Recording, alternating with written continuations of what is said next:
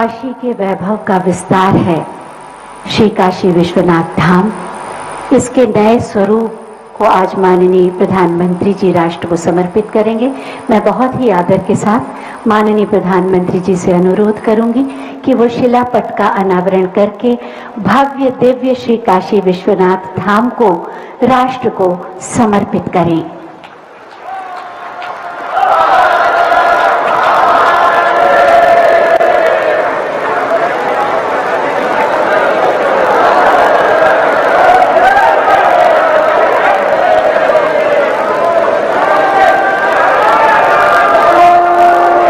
शिलापट का अनावरण और श्री काशी विश्वनाथ धाम राष्ट्र को समर्पित।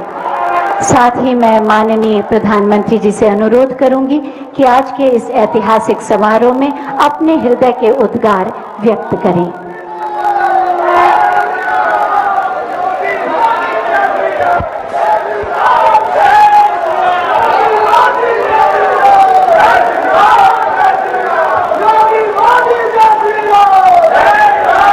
हर हर महादेव,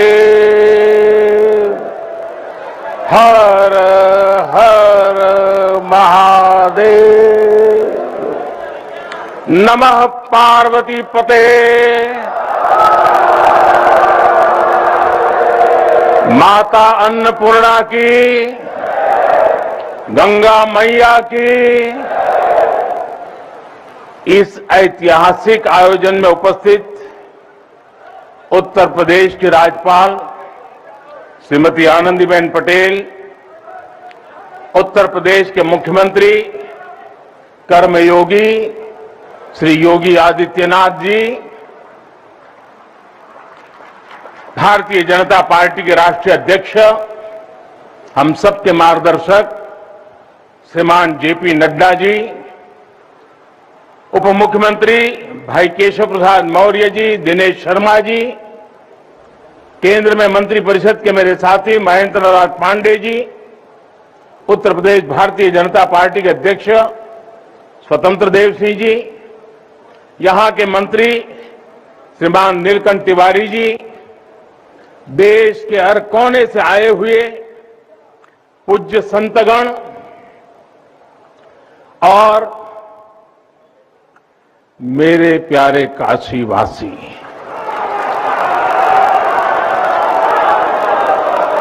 और देश विदेश से इस अवसर के साक्षी बन रहे सभी श्रद्धालु साथीगण, काशी के सभी बंधुओं के साथ बाबा विश्वनाथ के चरणों में हम शीश नवावत है।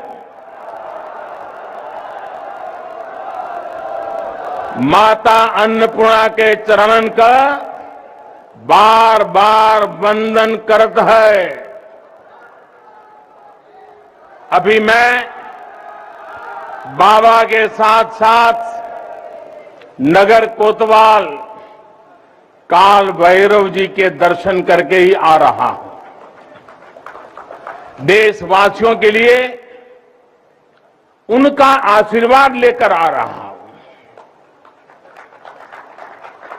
काशी में कुछ भी खास हो, कुछ भी नया हो, तो सबसे पहले उनसे पूछना आवश्यक है।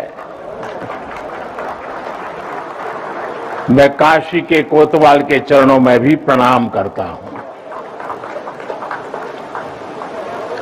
गंगा तरंग रमणीय जटा कलापम, गौरी निरंतर विभूषित वाम भागम, नारायण प्रिय मनंग मदापहारम, वाराणसी पुरपतिम भज विश्वनाथम।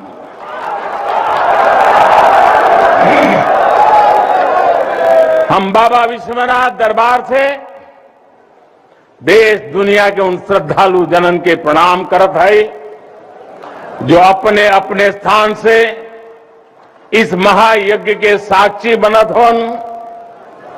हम आप सब काशीवासी लोगन के प्रणाम करत है, जिनके सहयोग से इस शुभ घड़ी आयल है, हृदय गदगद है, मन आह्लादित है। आप सब लोगन के बहुत बहुत बधाई हो।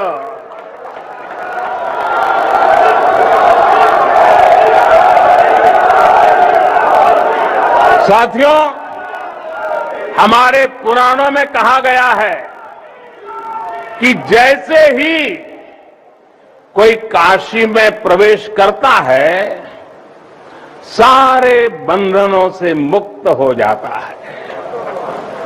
भगवान विश्वेश्वर का आशीर्वाद, एक अलौकिक ऊर्जा यहां आते ही हमारे अंतर आत्मा को जागृत कर देती है। और आज तो इस चीर चैतन्य काशी की चेतना में एक अलग ही स्पंदन है। आज आदि काशी की अलौकिकता में एक अलग ही आभा है। आज शाश्वत बनारस के संकल्पों में एक अलग ही सामर्थ्य दिख रहा है। हमने शास्त्रों में सुना है, जब भी कोई पुण्य अवसर होता है तो सारे तीर्थ, सारी देवीय शक्तियां बनारस में बाबा के पास उपस्थित हो जाती है।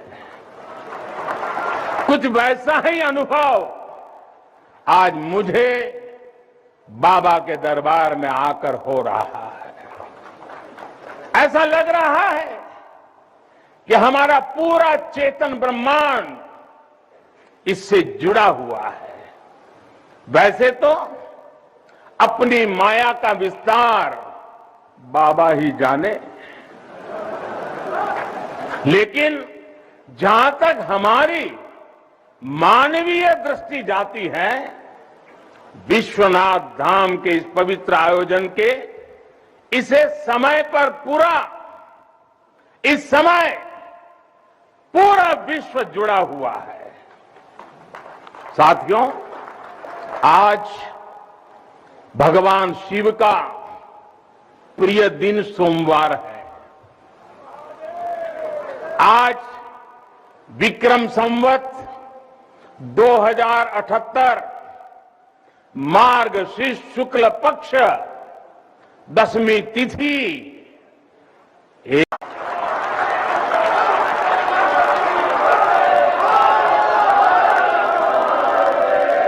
और हमारा सौभाग्य है कि हम इस तिथि के साक्षी बन रहे हैं। आज विश्वनाथ धाम अकल्पनीय अनंत ऊर्जा से भरा हुआ है।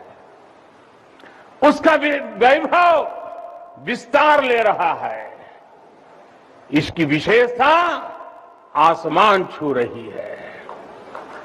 यहां आसपास जो अनेक प्राचीन मंदिर लुप्त हो गए थे, उन्हें भी पुनः स्थापित किया जा चुका है।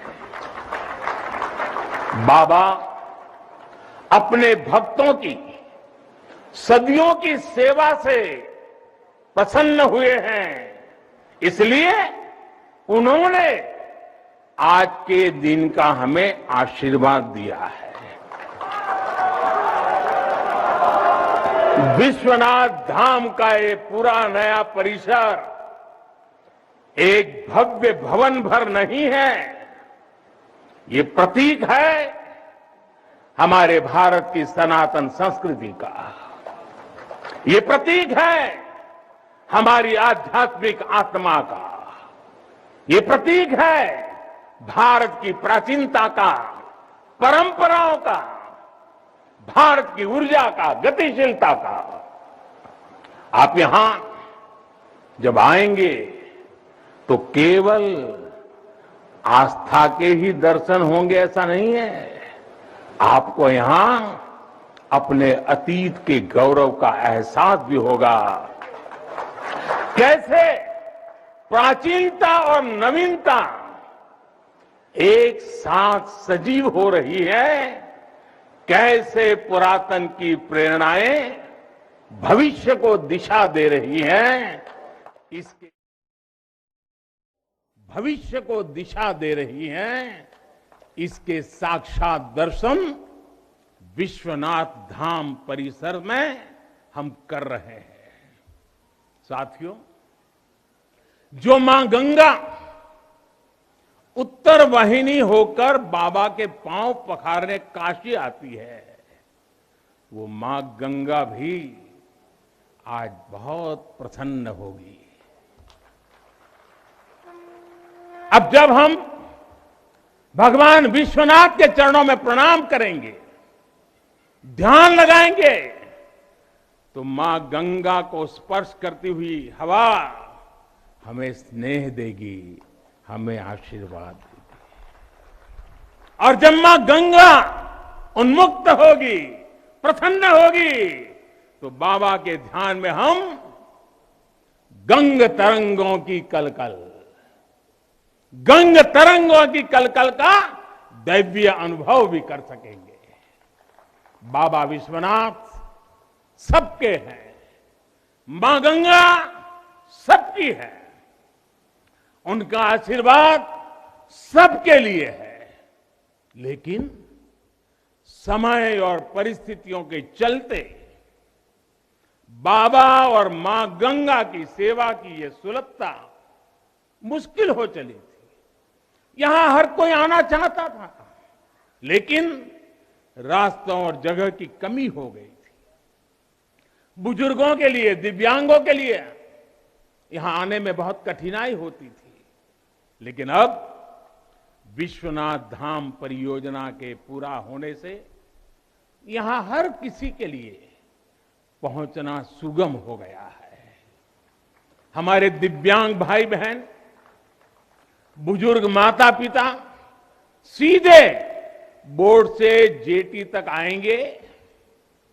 जेटी से घाट तक आने के लिए भी एस्केलेटर लगाए गए हैं, वहां से सीधे मंदिर तक आ सकेंगे। संकरे रास्तों की वजह से दर्शन के लिए जो घंटों तक का इंतजार करना पड़ा था, जो परेशानी होती थी, वो भी अब कम होगी। पहले यहां जो मंदिर क्षेत्र केवल 3000 वर्ग फीट में था, वो अब करीब करीब 5 लाख वर्ग फीट का हो गया।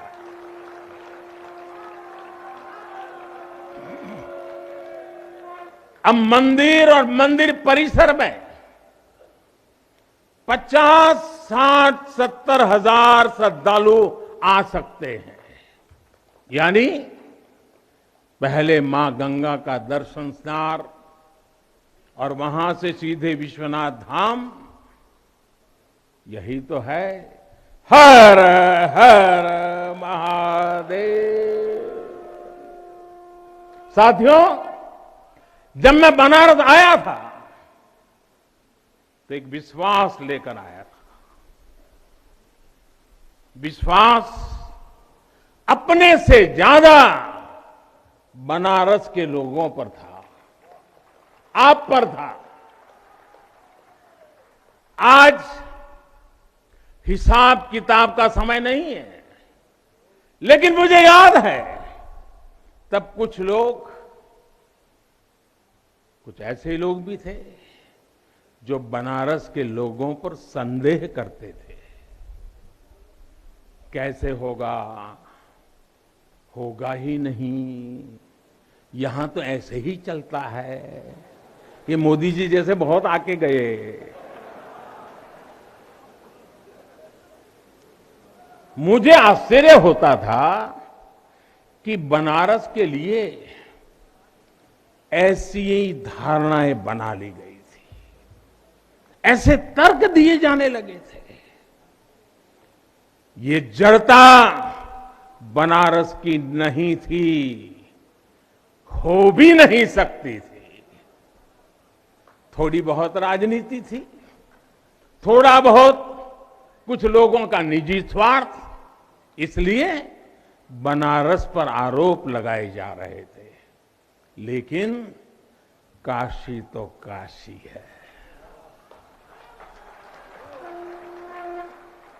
काशी तो अविनाशी है। काशी में एक ही सरकार है।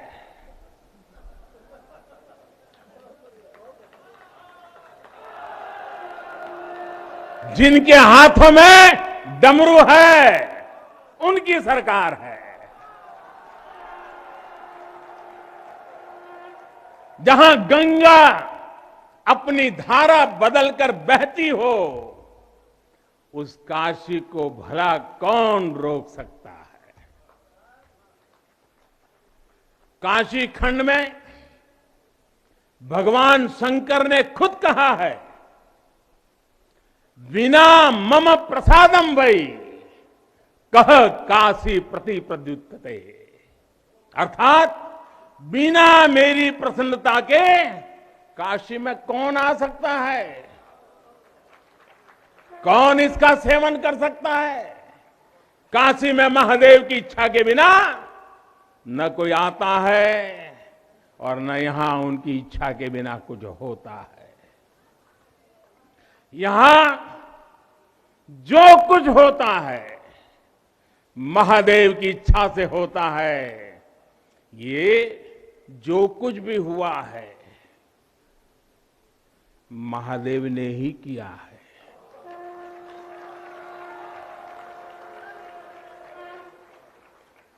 ई विश्वनाथ धाम तो बाबा आपन आशीर्वाद से बनेले हुन।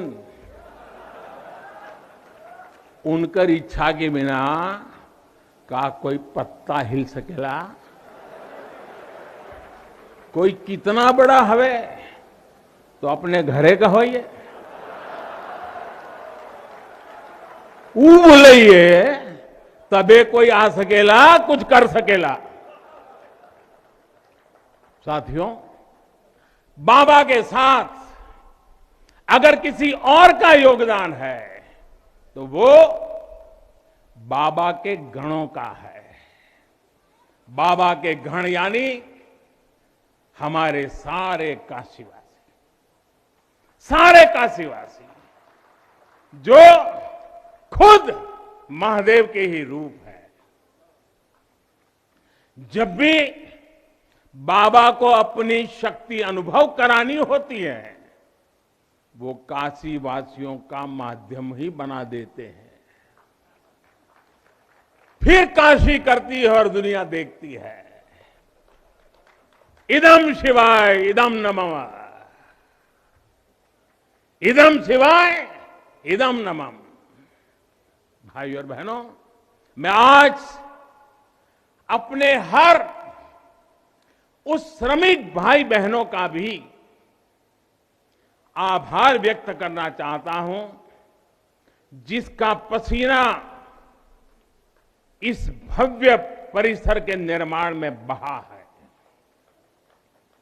कोरोना के इस विपरीत काल में भी उन्होंने यहां पर काम रुकने नहीं दिया। मुझे अभी अपने इस श्रमिक साथियों से मिलने का अवसर मिला, उनके आशीर्वाद लेने का सौभाग्य मिला। हमारे कारीगर, हमारे सिविल इंजीनियरिंग से जुड़े लोग, प्रशासन के लोग, वो परिवार जिनके यहां घर हुआ करते थे, मैं सभी का अभिनंदन करता हूं। और इन सबके साथ मैं यूपी सरकार, हमारे कर्मयोगी मुख्यमंत्री योगी आदित्यनाथ जी का भी और उनकी पूरी टीम का भी अभिनंदन करता हूं, जिन्होंने काशी विश्वनाथ धाम परियोजना को पूरा करने के लिए दिन रात एक कर दिया। साथियों, हमारी इस वाराणसी ने युगों को जिया है, इतिहास को बनते बिगड़ते देखा है। कितने ही कालखंड आए गए, कितनी ही सल्तनतें उठी और मिट्टी में मिल गई, फिर भी बनारस बना हुआ है। बनारस अपना रस बिखेर रहा है।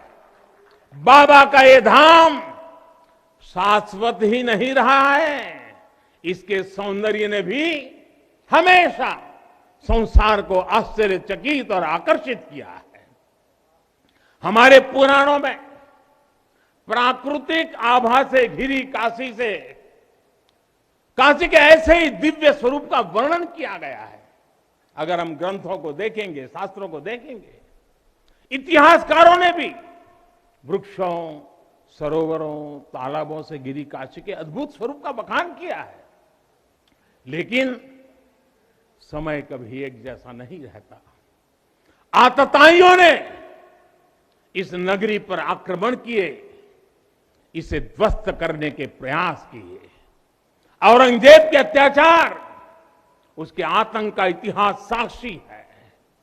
जिसने सभ्यता को तलवार के बल पर बदलने की कोशिश की, जिसने संस्कृति को कट्टरता से कुचलने की कोशिश की, लेकिन इस देश की मिट्टी बाकी दुनिया से कुछ अलग है। यहां अगर औरंगजेब आता है तो शिवाजी भी उठ खड़े होते हैं। अगर कोई सालार मसूद इधर बढ़ता है तो राजा सुहेलदेव जैसे वीर योद्धा उसे हमारी एकता की ताकत का एहसास करा देते हैं। और अंग्रेजों के दौर में भी वॉरेन हेस्टिंग का क्या हाल काशी के लोगों ने किया था। ये तो काशी के लोग समय समय पर बोलते रहते हैं और काशी की जुबान पे निकलता है, घोड़े पर हौदा और हाथी पर जिन जान लेकर भागल वॉरेन हेस्टिंग। साथियों, आज समय का चक्र देखिए, आतंक के वो पर्याय इतिहास के काले पन्नों तक सिमट कर रह गए हैं। और मेरी काशी आगे बढ़ रही है, अपने गौरव को फिर से नई भव्यता दे रही है। साथियों, काशी के बारे में मैं जितना बोलता हूं उतना डूबता जाता हूं, उतना ही भावुक हो जाता हूं। काशी शब्दों का विषय नहीं है, काशी संवेदनाओं की सृष्टि है। काशी वो है जहां जागृति ही जीवन है। काशी वो है जहां मृत्यु भी मंगल है। काशी वो है जहां सत्य ही संस्कार है। काशी वो है जहां प्रेम ही परंपरा है। भाइयों बहनों, हमारे शास्त्रों ने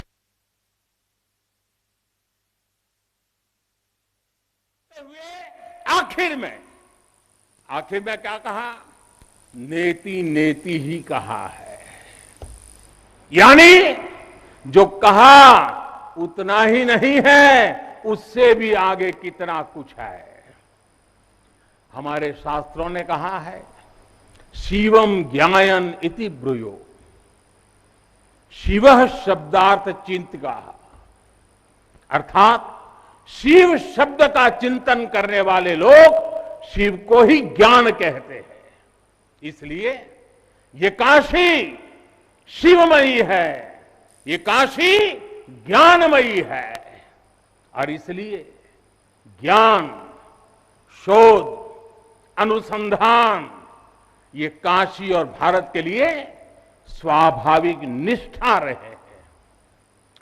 भगवान शिव ने स्वयं कहा है, सर्व क्षेत्रेषु भूपृष्ठे, सर्व क्षेत्रेषु भूपृष्ठे काशी क्षेत्रम च मे वपु। अर्थात धरती के सभी क्षेत्रों में काशी साक्षात मेरा ही शरीर है। इसलिए यहां का पत्थर, यहां का हर पत्थर शंकर है। इसलिए हम अपनी काशी को सजीव मानते हैं और इसी भाव से हमें अपने देश के कण कण में मातृभाव का बोध होता है। हमारे शास्त्रों का वाक्य है, दृश्यते स्वर्ग सर्वे है, काश्यम विश्वेश्वर तथा, यानी काशी में सर्वत्र हर जीव में भगवान विश्वेश्वर के ही दर्शन होते हैं। इसलिए काशी जीवत्व को सीधे शिवत्व से जोड़ती है। हमारे ऋषियों ने भी कहा है, विश्वेश्वम शरणम यहाँ समय बुद्धि प्रदास्यति, अर्थात भगवान विश्वेश्वर की शरण में आने पर समबुद्धि व्याप्त हो जाती है। बनारस वो नगर है जहां से जगत गुरु शंकराचार्य को श्री डोम राजा की पवित्रता से प्रेरणा मिली। उन्होंने देश को एकता के सूत्र में बांधने का संकल्प लिया। ये वो जगह है जहां भगवान शंकर की प्रेरणा से गोस्वामी तुलसीदास जी ने रामचरितमानस जैसी अलौकिक रचना की। यहीं की धरती सारनाथ में भगवान बुद्ध का बोध संसार के लिए प्रकट हुआ। समाज सुधार के लिए कबीरदास जैसे मनीषी यहां प्रकट हुए। समाज को जोड़ने की जरूरत थी तो संत रविदास जी की भक्ति की शक्ति का केंद्र भी ये काशी बनी। ये काशी अहिंसा और तप की प्रतिमूर्ति 4 जैन तीर्थंकरों की धरती है।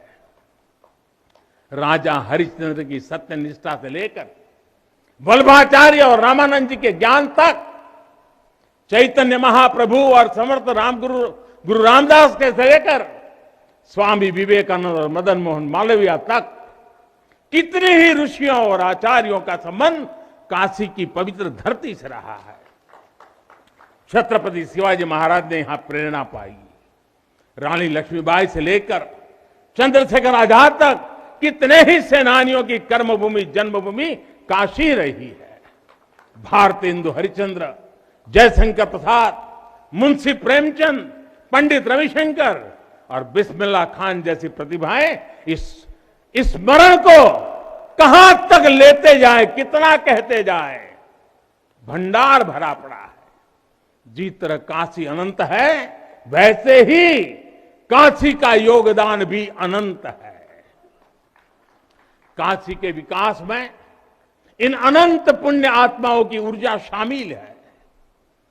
इस विकास में भारत की अनंत परंपराओं की विरासत शामिल है। इसलिए हर मत मतांतर के लोग, हर भाषा वर्ग के लोग यहां आते हैं कि यहां से अपना जुड़ाव महसूस करते हैं। साथियों, काशी हमारे भारत की सांस्कृतिक, आध्यात्मिक, राजधानी तो है ही, ये भारत की आत्मा का एक जीवंत अवतार भी है।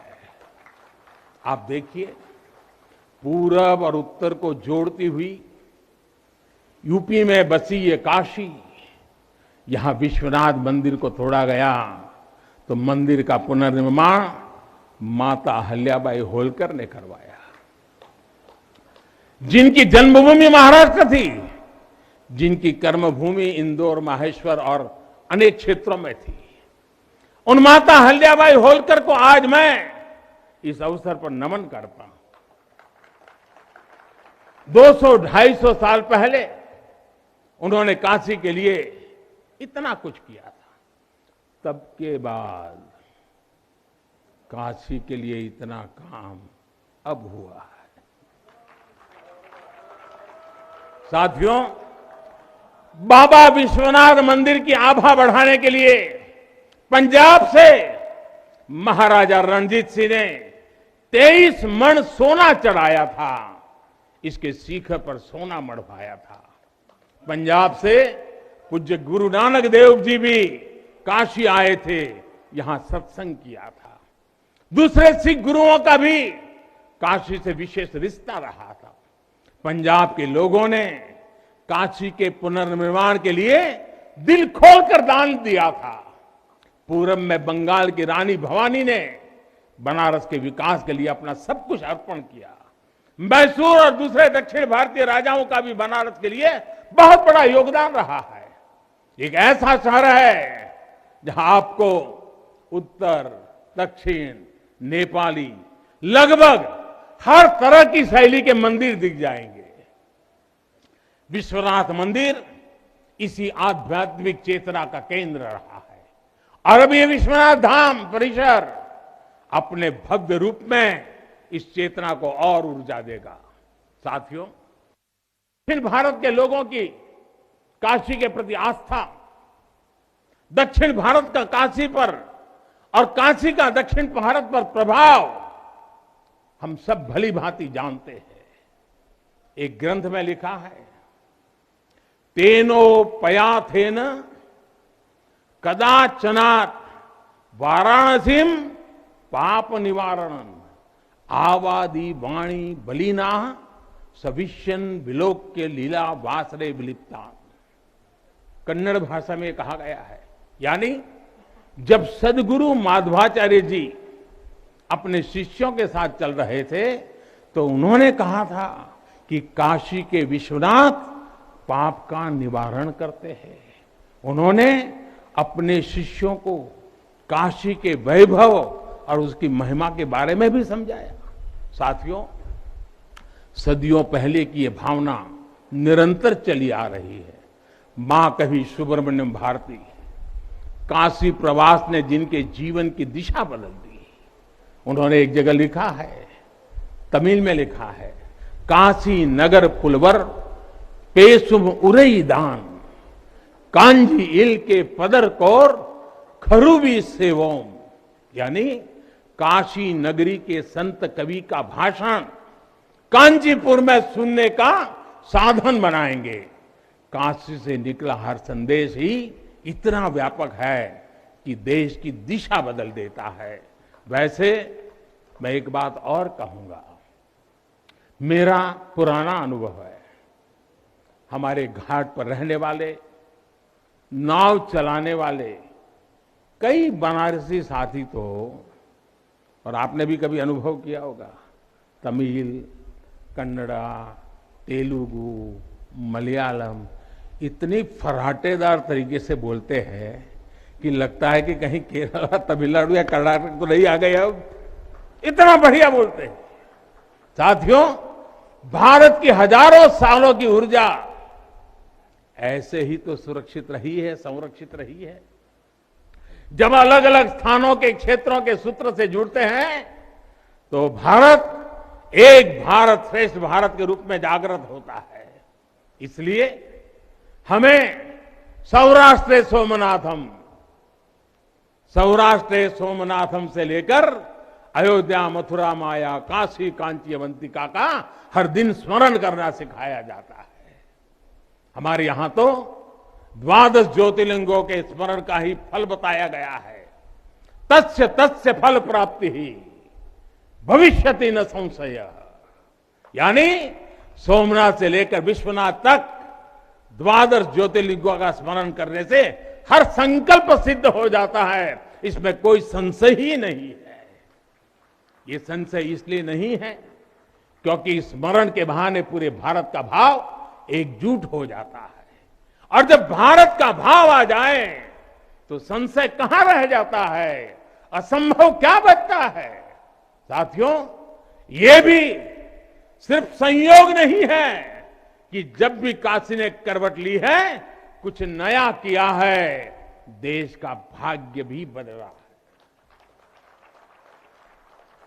बीते 7 वर्षों से काशी में चल रहा विकास का महायज्ञ आज एक नई ऊर्जा को प्राप्त कर रहा है। काशी विश्वनाथ धाम का लोकार्पण भारत को एक निर्णायक दिशा देगा, एक उज्जवल भविष्य की तरफ ले जाएगा। ये परिसर साक्षी है हमारे सामर्थ्य का, हमारे कर्तव्य का। अगर सोच लिया जाए, ठान लिया जाए, तो असंभव कुछ भी नहीं है। हर भारतवासी की भुजाओं में वो बल है, हर भारतवासी की भुजाओं में वो बल है जो अकल्पनीय को साकार कर देता है। हम तब जानते हैं, हम तपस्या जानते हैं, देश के लिए दिन रात खपना जानते हैं। चुनौती कितनी ही बड़ी क्यों ना हो, हम भारतीय मिलकर उसे परास्त कर सकते हैं। विनाश करने वालों की शक्ति कभी भारत की शक्ति और भारत की भक्ति से बड़ी नहीं हो सकती। याद रखिए, जैसी दृष्टि से हम खुद को देखेंगे, वैसी ही दृष्टि से विश्व भी हमें देखेगा। मुझे खुशी है कि सदियों की गुलामी ने हम पर जो प्रभाव डाला था, जिस हीन भावना से भारत को भर दिया गया था, अब आज का भारत उससे बाहर निकल रहा है। आज का भारत सिर्फ सोमनाथ मंदिर का सौंदर्यीकरण ही नहीं करता, बल्कि समंदर में हजारों किलोमीटर ऑप्टिकल फाइबर भी बिछा रहा है। आज का भारत सिर्फ बाबा केदारनाथ मंदिर का जीर्णोद्धार ही नहीं कर रहा, बल्कि अपने दमखम पर अंतरिक्ष में भारतीयों को भेजने की तैयारी में जुटा है। आज का भारत सिर्फ अयोध्या में प्रभु श्री राम का मंदिर ही नहीं बना रहा, बल्कि देश के हर जिले में मेडिकल कॉलेज भी बना रहा है। आज का भारत सिर्फ बाबा विश्वनाथ धाम को भव्य रूप ही नहीं दे रहा, बल्कि गरीब के लिए करोड़ों पक्के घर भी बना रहा है। साथियों, नए भारत में अपनी संस्कृति का गर्व भी है और अपने सामर्थ्य पर उतना ही भरोसा भी है। नए भारत में विरासत भी है और विकास भी है। आप देखिए, अयोध्या से जनकपुर आना जाना आसान बनाने के लिए राम जन्म की मार्ग का निर्माण हो रहा है। आज भगवान राम से जुड़े स्थान और साथ ही रामायण ट्रेन चलाई जा रही है। बुद्ध सर्किट पर ही काम हो रहा है, तो साथ ही कुशीनगर में इंटरनेशनल एयरपोर्ट भी बनाया गया है। करतारपुर साहिब कॉरिडोर का निर्माण किया गया है, तो वहीं हेमकुंड साहिब जी के दर्शन आसान बनाने के लिए रॉपवे बनाने की भी तैयारी है। उत्तराखंड में 4 धाम सड़क महापरियोजना पर भी तेजी से काम जारी है। भगवान विट्ठल के करोड़ों भक्तों के आशीर्वाद से श्री संत ज्ञानेश्वर महाराज पालकी मार्ग और संत तुकाराम महाराज पालकी मार्ग का भी काम अभी कुछ हफ्ते पहले शुरू हो चुका है। साथियों, केरला में गुरुवायूर मंदिर हो या तमिलनाडु में कांचीपुरम वेलंकानी, तेलंगाना का जोगलांबा देवी मंदिर हो या फिर बंगाल का बेलूर मठ, गुजरात में द्वारका जी हो या फिर अरुणाचल प्रदेश का परशुराम कुंड, देश के अलग अलग राज्यों में हमारी आस्था और संस्कृति से जुड़े ऐसे अनेकों पवित्र स्थानों पर पूरे भक्ति भाव से काम किया गया है, काम चल रहा है। भाइयों और बहनों, आज का भारत अपनी खोई हुई विरासत को फिर से संजो रहा है। यहां काशी में तो माता अन्नपूर्णा खुद विराजती है। मुझे खुशी है कि काशी से चुराई गई मां अन्नपूर्णा की प्रतिमा 1 शताब्दी के इंतजार के बाद, 100 साल के बाद अब फिर से काशी में स्थापित की जा चुकी है। माता अन्नपूर्णा की कृपा से कोरोना के कठिन समय में देश ने अपने अन्न भंडार खोल दिए। कोई गरीब भूखा न सोए, इसका ध्यान रखा। मुफ्त राशन का इंतजाम किया। साथियों, जब भी हम भगवान के दर्शन करते हैं, मंदिर आते हैं, कई बार ईश्वर से कुछ मांगते हैं, कुछ संकल्प लेकर भी जाते हैं। मेरे लिए तो जनता जनार्दन ईश्वर का रूप है। मेरे लिए हर भारतवासी ईश्वर का ही अंश है।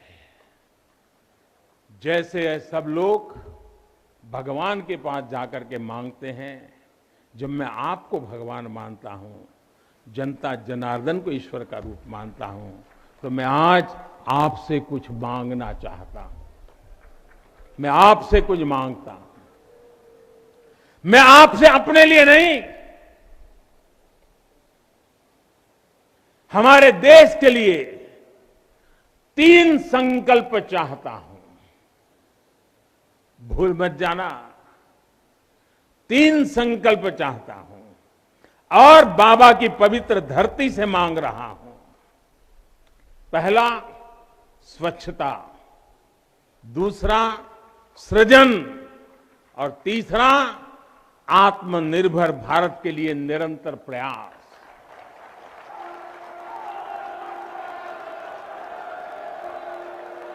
स्वच्छता जीवन शैली होती है, स्वच्छता अनुशासन होती है। ये अपने साथ कर्तव्यों की एक बहुत बड़ी श्रृंखला लेकर आती है। भारत चाहे जितना ही विकास करे, स्वच्छ नहीं रहेगा तो हमारे लिए आगे बढ़ पाना मुश्किल होगा। इस दिशा में हमने बहुत कुछ किया है, लेकिन हमें अपने प्रयासों को और बढ़ाने होंगे। कर्तव्य की भावना से भरा आपका एक छोटा सा प्रयास देश की बहुत मदद करेगा। यहां बनारस में भी, शहर में, घाटों पर स्वच्छता को हमें एक नए स्तर पर लेकर जाना है। गंगा जी की स्वच्छता के लिए उत्तराखंड से लेकर बंगाल तक कितने ही प्रयास चल रहे हैं। नमामि गंगे अभियान की सफलता बनी रहे, इसके लिए हमें सजग होकर काम करते रहना होगा। साथियों, गुलामी के लंबे कालखंड में हम भारतीयों का आत्मविश्वास ऐसा तोड़ा कि हम अपने ही सृजन पर विश्वास खो बैठे। आज हजारों वर्ष पुरानी इस काशी से मैं हर देशवासी का आह्वान करता हूं, पूरे आत्मविश्वास से सृजन कीजिए, इनोवेट करिए, इनोवेटिव तरीके से करिए। जब भारत का युवा कोरोना के इस मुश्किल काल में सैकड़ों स्टार्टअप बना सकता है, इतनी चुनौतियों के बीच 40 से ज्यादा यूनिकॉर्न बना सकता है, वो भी ये दिखाता है कुछ भी कर सकता है। आप सोचिए, एक यूनिकॉर्न यानी स्टार्टअप करीब करीब 7-7 हजार करोड़ रुपए से भी ज्यादा का है और पिछले 1-1.5 साल में बना है। इतने कम समय में यह अभूतपूर्व है। हर भारतवासी जहां भी है, जिस भी क्षेत्र में है, देश के लिए कुछ नया करने का प्रयास करेगा, तभी नए मार्ग मिलेंगे, नए मार्ग बनेंगे।